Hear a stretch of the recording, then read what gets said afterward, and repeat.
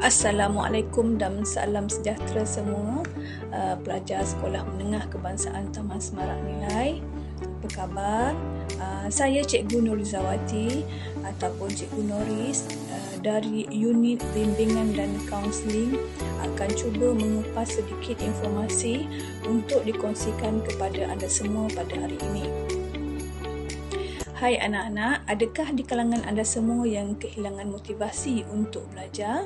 Baiklah, sebentar lagi cikgu akan kongsikan maklumat berkenaan tips meningkatkan motivasi belajar agar semua murid cikgu sentiasa bermotivasi, insya-Allah. Baiklah anak-anak, pada umumnya belajar merupakan satu proses usaha yang kamu semua perlu lakukan untuk memperolehi manfaat yang terbaik sepanjang kamu bergelar seorang pelajar. Tips yang pertama ialah menentukan gaya belajar anda semua. Semua pelajar mempunyai gaya belajar yang berbeza-beza. Anda semua harus menentukan gaya belajar yang bagaimanakah untuk diri anda sendiri. Di antara contoh-contoh gaya belajar ialah secara visual, iaitu pelajar yang mudah menghafal dan membaca.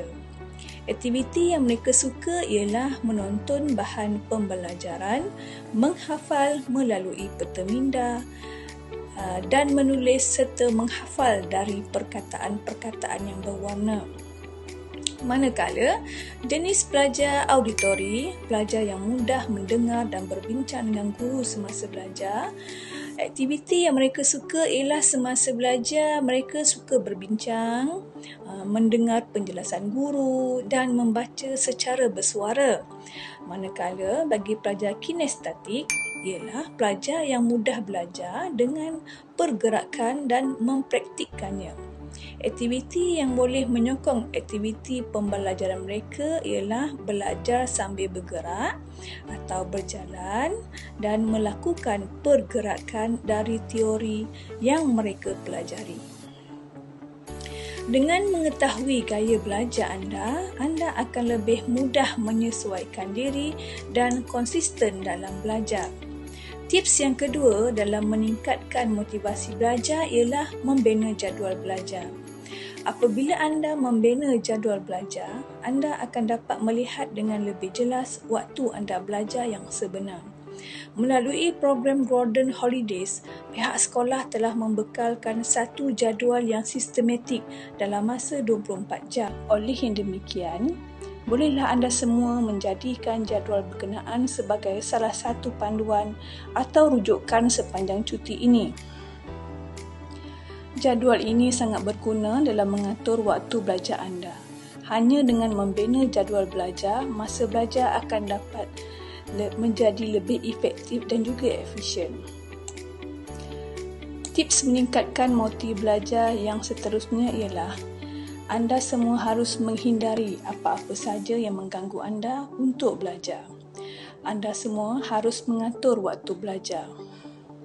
Selain itu, hindarilah dari berada di ruang yang boleh menghilangkan fokus belajar seperti di ruang tamu yang penuh dengan aktiviti kekeluargaan.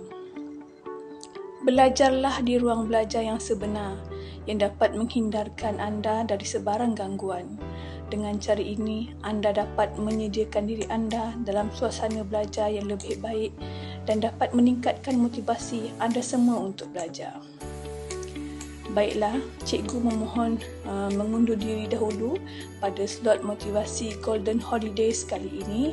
Diharapkan 3 tips meningkatkan motivasi belajar ini, iaitu menentukan gaya belajar, membina jadual belajar dan menghindari gangguan semasa belajar dapat dimanfaatkan oleh anak murid Cikgu Noris semua. Untuk mendapatkan hasil yang terbaik, tentunya motivasi belajar ini perlu disertakan dengan niat, kemahuan, usaha dan disiplin yang tinggi untuk berjaya ya anak-anak. Teruslah bersemangat untuk meraih cita-cita yang ingin anda semua capai di masa akan datang. Sekian, Assalamualaikum. Sayang semua.